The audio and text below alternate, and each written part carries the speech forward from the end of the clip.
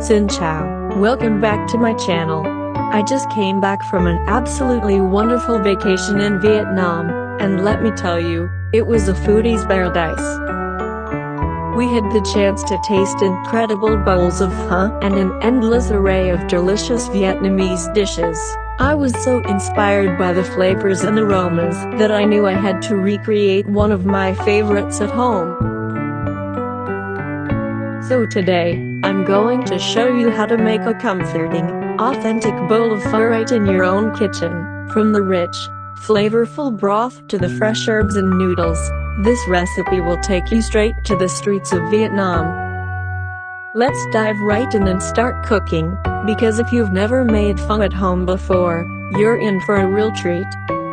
Here are the ingredients I used for cooking. From the beef bones and spices to the fresh herbs and rice noodles, everything comes together to create an amazing bowl of goodness. If you'd like the full list of ingredients and measurements, be sure to check out the description box below. Now let's get ready. The cow stomach, or tripe.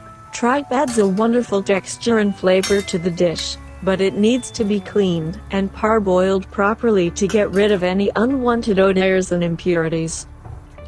Boil the tripe for 5 to 7 minutes. Remove the tripe and rinse it again under cold water to stop the cooking process. Next, we'll repeat the same process for the beef bones to ensure a clean and clear broth. This step helps remove impurities and any excess blood, so our broth turns out beautifully clear and flavorful. Half the onion and slice the ginger lengthwise. Char them over an open flame until the surfaces are blackened. Toast the spices over medium heat for 2 to 3 minutes until fragrant. This releases their essential oils.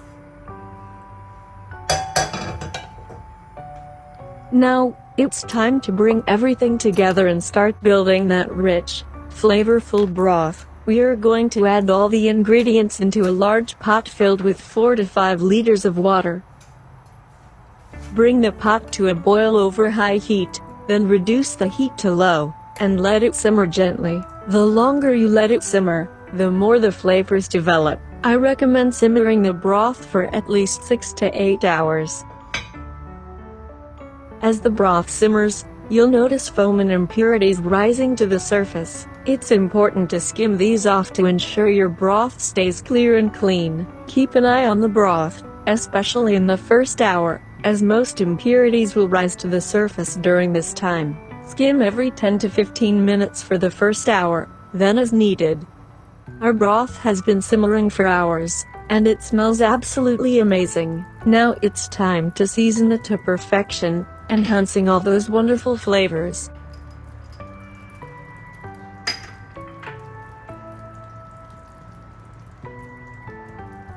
The tripe has been simmering and soaking up all those delicious flavors. Now it's time to remove it and slice it into small manageable pieces. Cook the noodles for 1 to 2 minutes, or until tender but still chewy. Avoid overcooking, as the noodles will continue to soften in the hot broth. Now let's cook the beef slices. The beef should be thinly sliced and cooked perfectly in the hot broth for that tender, melt-in-your-mouth texture. Now comes the fun part, assembling the perfect bowl of pho. We've got all our ingredients ready, and it's time to put everything together for a delicious, aromatic meal.